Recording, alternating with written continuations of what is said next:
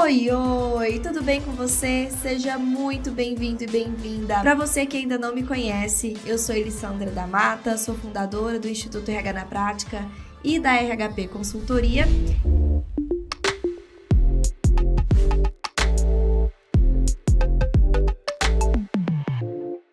Bom, a minha pergunta para você agora é: você já se sentiu injustiçado ou injustiçada alguma vez que você teve o seu desempenho avaliado? Sim ou não? E é muito importante a gente começar realmente a entender sobre isso, a fazer essa reflexão, porque muitas das vezes a gente se coloca nesse papel de RH, se coloca nesse papel de facilitador e também, obviamente, da pessoa à frente desse movimento de implantação da avaliação.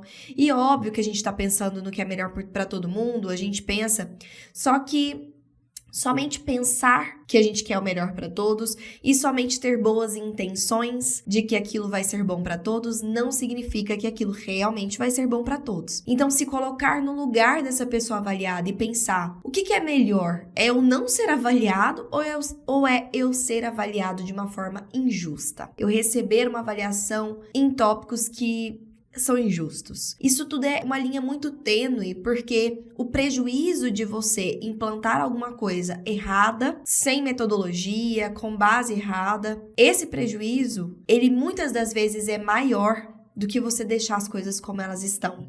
E eu não estou dizendo para você não implantar. Eu estou dizendo para você não implantar de qualquer jeito. Eu estou te dizendo para você não entrar no Google pesquisando formulário de avaliação de desempenho, para você não chegar ali num grupo de WhatsApp dos seus colegas falando: gente, me manda aí modelo de avaliação de desempenho, e simplesmente replicar dentro da empresa que você está. É isso que eu tô falando para você não fazer.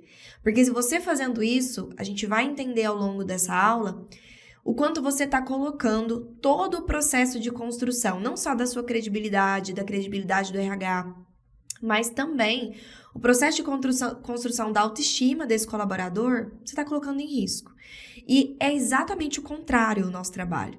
É fazer com que as pessoas realmente estejam em um movimento onde elas se sintam no lugar certo, onde elas se sintam na empresa certa, onde elas se sintam justiçadas. Esse é o nosso lugar, tá? Então, isso é muito sério da gente pensar, e essa reflexão já nos coloca nesse lugar de sempre tentar fazer o melhor, nos capacitar também pelo melhor do outro. Claro que eu vou trazer aqui para vocês a metodologia mais atual, a avaliação de desempenho por competências. E aí, obviamente, que no momento em que você chega para a empresa, chega para os colaboradores e fala assim: bom, agora vai ter avaliação de desempenho, e os colaboradores, eles ficam sabendo que eles vão começar a ser avaliados de uma forma diferente, talvez do que eles são hoje, ou vão começar a ser avaliados, que até então não tinha nenhum tipo de avaliação formal, é natural que surja dentro da mente desses colaboradores dúvidas.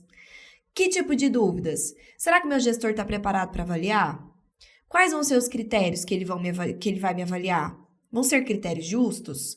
Ele vai ser imparcial ou ele vai beneficiar mais o fulano que puxa mais o saco dele? Será que meu líder, vai levar em conta somente os últimos erros que eu cometi, ou ele vai lembrar das coisas boas que eu fiz há 6 meses atrás? Que período que está sendo analisado? Esse gestor, ele controlou isso nesse tempo todo, ou ele vai tentar puxar isso de memória? Será que ele vai se lembrar? Meu gestor vai se lembrar dos projetos de sucesso que eu participei? Será que essa avaliação vai ser de acordo com o humor dele? Será que vai ser subjetiva? E quando eu falo de subjetividade, eu tô falando da lente pela qual a gente enxerga o mundo, né? O líder, ele tem a lente que ele cresceu, o contexto que ele foi introduzido no mercado de trabalho, a forma que ele foi treinado, contextos que ele já foi inserido, que obviamente influenciam na forma de liderança dele. O líder mais bonzinho, ele vai ser aquele que tendencialmente vai querer que todo mundo ganhe 10. O líder mais rígido, ele vai ser aquele tendencialmente que fala que ninguém tá no nível de 10. Então, como tirar do ar, como tirar do jogo essa lente, essa subjetividade, esse jeito de cada líder, e como trazer um padrão justo, onde cada colaborador sinta que de fato está vivendo um processo que faz sentido, né? Para ele e para a empresa. Então, obviamente que essas são perguntas plausíveis. Eu ouso dizer que é absolutamente natural os colaboradores pensarem coisas assim. Estranho seria se eles não ficassem com essas dúvidas. E é aí que entra o nosso trabalho bem feito, e é aí que entra o nosso papel bem feito. Se a gente implanta algo que de fato tem uma metodologia atual, que respalda as nossas ações de uma maneira assertiva e nos permite fazer com que todo mundo se sinta justiçado nesse processo, então realmente a gente está fazendo o nosso trabalho e os colaboradores vão se sentir mais seguros ao longo do processo e a empresa vai sentir que aquilo gerou mais resultado para ela, porque de fato ela vai ter nas mãos informações reais. Ela não vai tomar decisões de, por exemplo, nossa, o fulano está com desempenho tão mal, sendo que o fulano foi avaliado em critérios que o fulano nem precisava. E às vezes no que ele foi mal, nem era uma coisa que ele precisava estar tendo. E às vezes no que ele está indo bem, ele não foi avaliado. Então, essa informação na mão da empresa, essa informação errada, ela também é muito prejudicial para a empresa. Porque faz com que ela fique cega. Como está realmente o desempenho das pessoas? Essa informação, ela é contaminada. E é exatamente isso que a gente não quer. Então, não adianta você avaliar se você não vai utilizar esses dados para fins que façam sentido. Assim como a gente falou lá no diagnóstico organizacional, que não adianta você aplicar uma ferramenta de pesquisa se você não vai usar esses dados dessa ferramenta para poder criar planos de ação, aqui da mesma forma. Não adianta você avaliar as pessoas, pegar essas notas, digamos assim, do desempenho delas, colocar numa planilha e pronto. Acabou o processo de avaliação de desempenho. Não adianta, não faz nenhum sentido, porque de fato existe um motivo pelo qual a gente quer saber o desempenho das pessoas. Nós queremos desenvolver os gaps delas, né? Os gaps que elas estão demonstrando ter ali no seu desempenho. Nós queremos reforçar o que elas têm de positivo. Nós queremos recompensar o desempenho delas lá no plano de cargos e salários, porque essas coisas elas estão interligadas. Então, de novo, não adianta fazer por fazer. Se você está querendo fazer só porque tem que fazer avaliação de desempenho, pare, respire, repense, volte lá na base, estude método, metodologia, se prepare para que de fato você faça uma coisa que vai causar impacto, senão não vai adiantar. Então, a avaliação de desempenho é uma ferramenta de estimativa de aproveitamento do potencial desses colaboradores de uma forma individual ali nos seus trabalhos. Então, é o potencial humano de toda a organização que vai estar sendo medido ali na avaliação de desempenho. E todo mundo da empresa tem que estar preparado para avaliar tecnicamente, ou seja, os líderes e os avaliadores, de uma maneira geral, precisam estar preparados para avaliar. E também todas as pessoas precisam estar preparadas para receber a avaliação, para serem avaliados. Porque, obviamente, receber feedback, ser avaliado, também exige abertura, também exige comprometimento com o processo, tá? Para você se entregar de fato, abrir a sua mente, ouvir e poder evoluir. Senão, também não adianta se você está na defensiva e não consegue fazer um aproveitamento adequado daquele momento. Perfeito, então, serem avaliados com técnica, critérios bem definidos, para que as ferramentas de avaliação utilizadas estejam, de fato, alinhadas com os objetivos de desenvolvimento dessas pessoas. Então, a avaliação de desempenho, o objetivo fim delas é desenvolver pessoas. Se você não está usando a avaliação para desenvolvimento de pessoas, então você está usando de uma forma incompleta ou até não está usando, né? Ok, então a gente também tem aqui como missão, como objetivo, avaliar as pessoas com mais eficácia. E avaliar as pessoas com mais eficácia é a chave da gestão de pessoas, concorda? Porque se eu sei como essa pessoa está indo, eu consigo direcionar ela para lá, direcionar ela para cá, reforçar para lá, recompensar para cá. Isso guia a minha gestão, tudo bem? Qual que é a importância, então, do processo de avaliação de desempenho? Melhorar o desempenho no que de fato importa. Então, não adianta você estar propondo treinamentos para desenvolver gaps que nem são reais. Então, imagina você ter aplicado uma avaliação que, no fim das contas, mediu lá que aquela pessoa estava com baixo desempenho em X e você propôs um treinamento para esse X. Só que esse X não importa para esse cargo. Esse X nem era importante para essa pessoa estar fazendo. Nem era necessário. E você está direcionando a energia de desenvolvimento no que não importa. Então, aqui é melhorar desempenho no que de fato importa. Eu só consigo evoluir as pessoas em desempenho no que importa se eu sei o que importa. Então, aquele mapeamento que a gente falou anteriormente, lá em recrutamento e seleção, que a gente falou sobre mapear do que o cargo precisa, mapear as competências técnicas, mapear as competências comportamentais, a gente vai revisar um pouco disso aqui hoje sim também. Isso nos dá clareza do que o cargo precisa. E ter clareza do que o cargo precisa não só nos direciona no nosso recrutamento, mas também na nossa avaliação.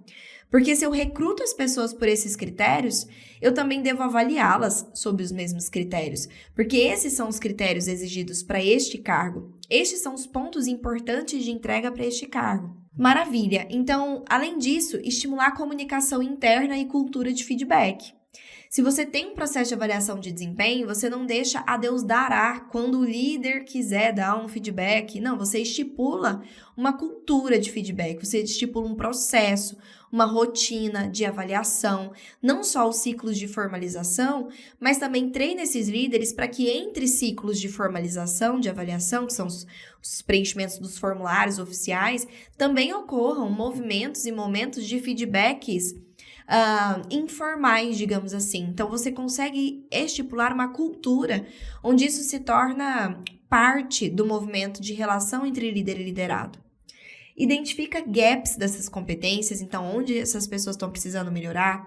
Traz uma maior clareza do que é esperado pelo colaborador. O líder tem clareza do que é esperado desse colaborador. O colaborador tem clareza do que está sendo esperado dele. Como é ruim como colaborador, né? Lembrando lá da pergunta que eu fiz no início, de empatia, se colocar no lugar. Como é ruim como colaborador você estar em um lugar onde você não tem ideia do que a empresa espera de você. Você não sabe se você está indo bem, se não está indo bem. Você não sabe se você está colocando a sua energia no que a empresa realmente queria. Porque você não sabe de verdade o que ela quer. Isso é muito frustrante para o colaborador também. Então, essa clareza é bom para ambos os lados. Traz uma objetividade na avaliação, ou seja, uma justiça interna, tira essa lente da subjetividade de cada líder e traz um padrão, traz uma objetividade, traz uma assertividade, gera credibilidade para o seu trabalho no RH. Eu tô falando isso sempre aqui com você, porque esse tópico é muito importante. É muito importante. A gente precisa entender o quanto é perigoso a gente se colocar num lugar onde o que a gente está fazendo não contribui para a imagem que a gente está querendo criar, como profissionais e como área. Quando o que a gente está fazendo, às vezes está indo até na contramão, está trazendo um olhar de descredibilidade.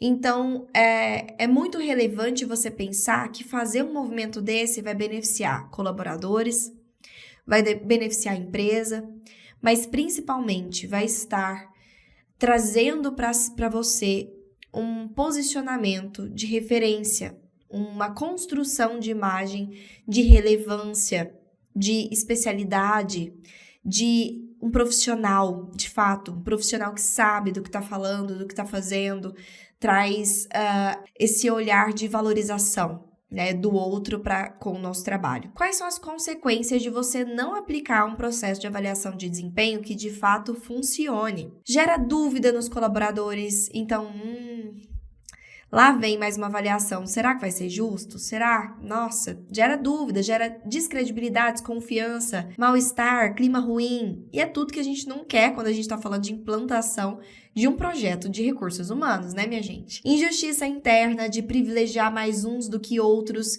Que triste é você pensar que você está sendo responsável de implantar um processo de avaliação que é falho e que traz ali a vertente, né? Traz ali as claras esse risco das pessoas serem privilegiadas uns mais do que os outros. É completamente contra o que a gente acredita, né? Nós não queremos ser responsáveis por esse tipo de situação.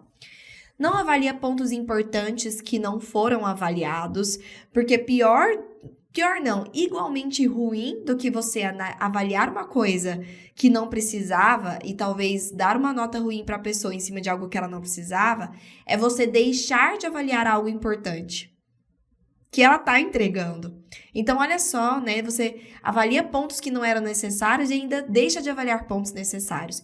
E você enfraquece cultura. Porque quem não sabe fazer processo de avaliação de desempenho corretamente em uma metodologia atual, acaba não avaliando cultura. Sabe por quê? E agora você pode estar se perguntando assim, Elis, mas a gente já não avalia cultura no recrutamento? Você não ensinou a gente lá na live de recrutamento e seleção que nós vamos avaliar cultura na entrada da pessoa? Então, teoricamente, depois de um tempo, né, de todas essas pessoas estarem entrando já nesse processo, teoricamente, se ela está lá dentro, ela está adequada à cultura. Então, por que eu vou ficar avaliando ela ali dentro de novo com adequação à cultura? Isso acontece porque uma coisa é eu analisar na entrada se ela tem ou não adequação cultural. Outra coisa é eu reforçar periodicamente com essas pessoas o quanto isso é relevante para a empresa e o quanto é primordial e o quanto a empresa não abre mão que elas estejam alinhadas e adequadas ao que é importante para a empresa. Porque, obviamente, a pessoa ficando anos ali dentro, a pessoa ela vai vivendo coisas diferentes na sua vida pessoal, na sua vida profissional, ela vai mudando como pessoa e, naturalmente, pode ser que também os valores, as questões vão mudando, evoluindo. Se você não está constantemente reforçando que aquele é um ponto que a empresa espera minimamente que ela viva, então, muito provavelmente, você vai estar enfraquecendo cultura. Quando você chegar para essas pessoas da empresa e perguntar quais são os valores importantes aqui para a empresa, o que a empresa espera de vocês culturalmente, essas pessoas não vão nem saber te responder, porque você não está reforçando isso periodicamente com elas. Então, avaliar elas na avaliação de desempenho, também no enquadramento cultural, reforça isso, faz com que elas estejam constantemente em policiamento.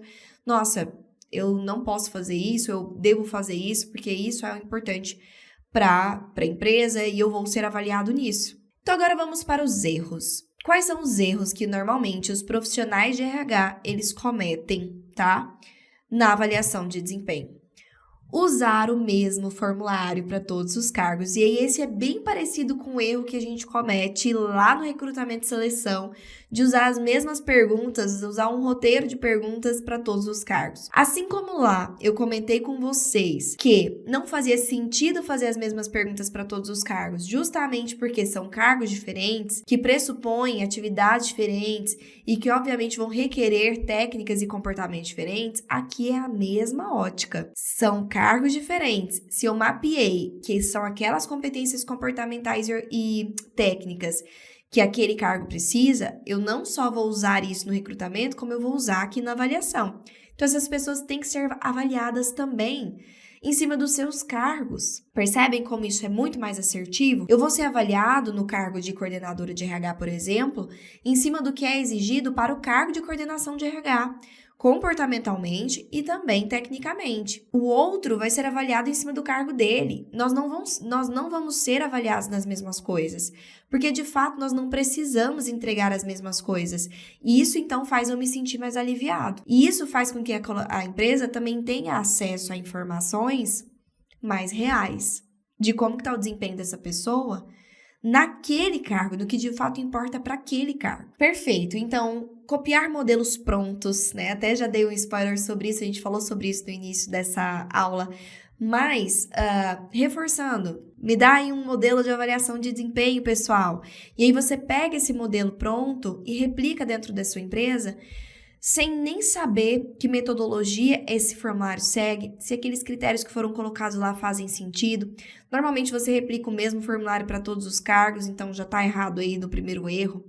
E você não sabe tabular aquilo de forma efetiva, porque você não sabe com que ótica aqueles critérios foram colocados lá, você não sabe como usar o resultado disso, enfim, você está simplesmente fazendo por fazer. Você está dando um Ctrl+C, Ctrl+V, sem nenhuma técnica e metodologia por trás, sem nenhum respaldo. E sabe quem é o profissional que replica? Quem é o profissional que dá Ctrl+C, Ctrl+V e pega modelos prontos? É o profissional que não sabe fazer. É o profissional que não tem conhecimento técnico, metodológico suficiente, respaldando ali as suas ações para saber fazer. Ele não sabe mapear uma competência dos cargos, ele não sabe customizar então a sua avaliação para todos os cargos, ele não sabe fazer isso. Se ele não sabe fazer isso, mas ele tem a boa intenção de fazer uma avaliação de desempenho ali dentro, ele busca uma coisa pronta. Mas, de novo, a boa intenção não é o suficiente para o nosso trabalho ser assertivo. A boa intenção ela tem que estar atrelada a conhecimento técnico que respalde de uma maneira segura e efetiva. Tudo bem? Não saber do que o cargo precisa, de novo, né? Se eu deixo só nas mãos dos líderes aí, o que esse cargo precisa ser avaliado? Avalia aí esse cargo. E aí o líder avalia em cima do que ele quiser, a gente está, de novo, sendo ineficiente. Avaliar somente a parte técnica, então tem empresas que avaliam somente as entregas, então entregou tal relatório no prazo, tá fazendo isso bem, não tá fazendo isso bem, essa atividade está sendo cumprida, não está sendo cumprida. Não é que a parte técnica e de entregas e de metas não sejam importantes, mas ela não é a única coisa que deve estar na sua avaliação. Se você está avaliando só a parte de metas, entregas, performance, de cargo, atividades em si, você está, de novo, sendo incompleto. Porque essa entrega do colaborador como ser humano, ela não é só técnica, ela também é comportamental. Às vezes uma pessoa ela é excelente tecnicamente, mas ela é muito desadequada comportamentalmente. Ela é a pessoa que gera conflitos na equipe, ela é a pessoa que contamina e gera um clima organizacional ruim por onde ela passa. Ela é essa pessoa que, apesar de tecnicamente ela estar atendendo, ela está gerando outros prejuízos comportamentalmente. Se você deixa de avaliar esses pontos, você também está perdendo a oportunidade de desenvolver pessoas em pontos específicos que você nunca vai saber, porque você não está avaliando.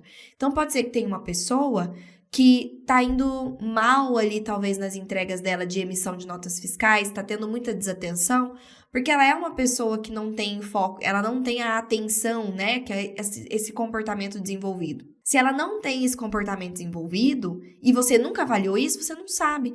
E aí você nem sabe que você precisa desenvolver esse ponto nela. Você tá ali brigando com ela porque ela tá errando, mas não consegue nem trazer uma solução porque você não sabe onde está o problema. E muitas vezes o problema está no comportamento. Esquecer de avaliar a cultura organizacional, esse a gente já disse. Trazer subjetividade, então cada líder acaba avaliando da sua forma, esse também a gente já disse. Então, quais são os requisitos, né, para você implantar um processo de avaliação de desempenho por competências? Os requisitos é aquilo que precisa vir antes, é aquilo que você já precisa ter implantado, antes de pensar em vou colocar uma avaliação de desempenho por competências aqui dentro, você precisa ter já implantado esses pontos. Então, descrição de cargos atualizada, então você já precisa ter descrito seus cargos. Você precisa já ter feito o mapeamento das competências técnicas, o mapeamento das competências comportamentais de cada cargo, o mapeamento das competências organizacionais, que são aquelas que pressupõem cultura, o mapeamento dos indicadores dessas competências, o mapeamento dos indicadores de performance, que aí entra a parte dos indicadores técnicos, que são os KPIs, e também a definição dos grupos de similaridade e graus de cada grupo. Olha só como tudo isso precisa estar pronto para você realmente ter uma avaliação de desempenho efetiva. Inclusive tá aí, só para vocês verem o que precisa estar pronto antes. A descrição do cargo precisa estar pronta. Precisa estar pronto também a parte de mapeamento de competências técnicas divididas em conhecimentos e habilidades, competências comportamentais, divididas ali em seus grupos e seus graus, as competências organizacionais, que também vão estar ali com seus graus, e, além disso, os indicadores. Então, aqui tem um plus para você fazer avaliação de desempenho, precisa dos indicadores, das competências comportamentais. O que são esses indicadores? Formas palpáveis, reais, do líder, né, no caso do avaliador, conseguir verificar no dia a dia que o colaborador manifestou ou não aquela competência, se ele tem ou não aquela competência. Então, por exemplo, solução de conflitos. O colaborador soluciona de forma rápida os problemas dos outros colaboradores, o líder vai conseguir entender, ele faz isso ou ele não faz? Então, eu preciso desses indicadores para tornar a minha avaliação mais objetiva. Além disso, os indicadores das competências organizacionais, perfeito? Que são aquelas aqueles indicadores que indicam se aquelas competências que são relacionadas à cultura também existem ou não naquele colaborador. E por último, mas não menos importante, os indicadores de performance, que são os KPIs, que é uma forma de medir de fato se atividades que são importantes ali para aquele cargo estão sendo cumpridas. Por exemplo, envio de candidatos finalistas de recrutamento e seleção em 15 dias. Eu consigo medir. Está enviando em 15 dias ou não está? Essa é uma meta do cargo. Diminuição de turnover. Essa é um KPI, é um indicador do cargo. E assim vai. Tem como até deixar melhor, né? Diminuição de turnover abaixo de X%. Aqui eu coloquei só alguns exemplos para você ver. Perfeito. Então, tudo isso tem que estar pronto antes da sua avaliação de desempenho ser implantada. Por quê? Porque essas são as informações que você vai jogar nos seus formulários. Essas são as informações que as pessoas vão ser avaliadas. Então, quais são as etapas de implantação de um processo de avaliação de desempenho por competências? Sensibilização, ok? Definição do tipo de aplicação, parametrização. Então, primeiro, o que é a sensibilização? Eu sensibilizar essas pessoas, eu envolver essas pessoas, avaliados e avaliadores, de que esse processo vai acontecer. Eu fazer uma divulgação, eu mostrar a importância para o colaborador, eu mostrar a importância para o líder, quais vão ser os benefícios para todo mundo disso acontecer, mostrar que existe método por trás, que aquilo vai ser pautado em uma metodologia atual. Então, sensibilizar essas pessoas de que algo bom vai acontecer ali, e fazer com que elas fiquem cientes de que vai ser feito da melhor forma possível. Definição do tipo de aplicação é justamente para você definir que você vai aplicar a avaliação de desempenho por competências, né? Óbvio. E também a parametrização, que é a forma que você vai medir essas respostas. Vai ser de nota de 0 a 5, de 1 a 10? Como é que vai ser feita essa parametrização? Confeccionar os formulários de avaliação, então fazer ali um formulário para cada cargo da empresa e a aplicação em si, então aplicar ali aquela avaliação. Falei sobre formas de aplicação, vamos ver sobre essas formas? Existem algumas formas da gente aplicar a avaliação de desempenho por competências, não só por competências como, enfim, mesmo que você esteja aplicando um formulário igual para todo cargo, essas formas de avaliação independem da metodologia de avaliação que você está usando. A avaliação 90 graus é um dos tipos de formato de aplicação da sua avaliação. Ela também é conhecida como avaliação direta, que é o quê? O líder imediato daquela pessoa avalia ela. Então, é ali o líder imediato na hierarquia vai avaliar os seus liderados. Nesse método, é uma grande responsabilidade, então, para o líder. O líder tem toda a responsabilidade de avaliar e ali ele assume o compromisso de emitir um parecer, né, uma conclusão sobre todos os subordinados diretos deles de como está o desempenho, tá? Então, essa é uma forma de avaliar. Tem outra forma de aplicação da avaliação, que é a avaliação de 180 graus, que também é conhecida como avaliação conjunta. Por que ela é conhecida como avaliação conjunta? Ela é realizada em conjunto entre o avaliador e também o avaliado.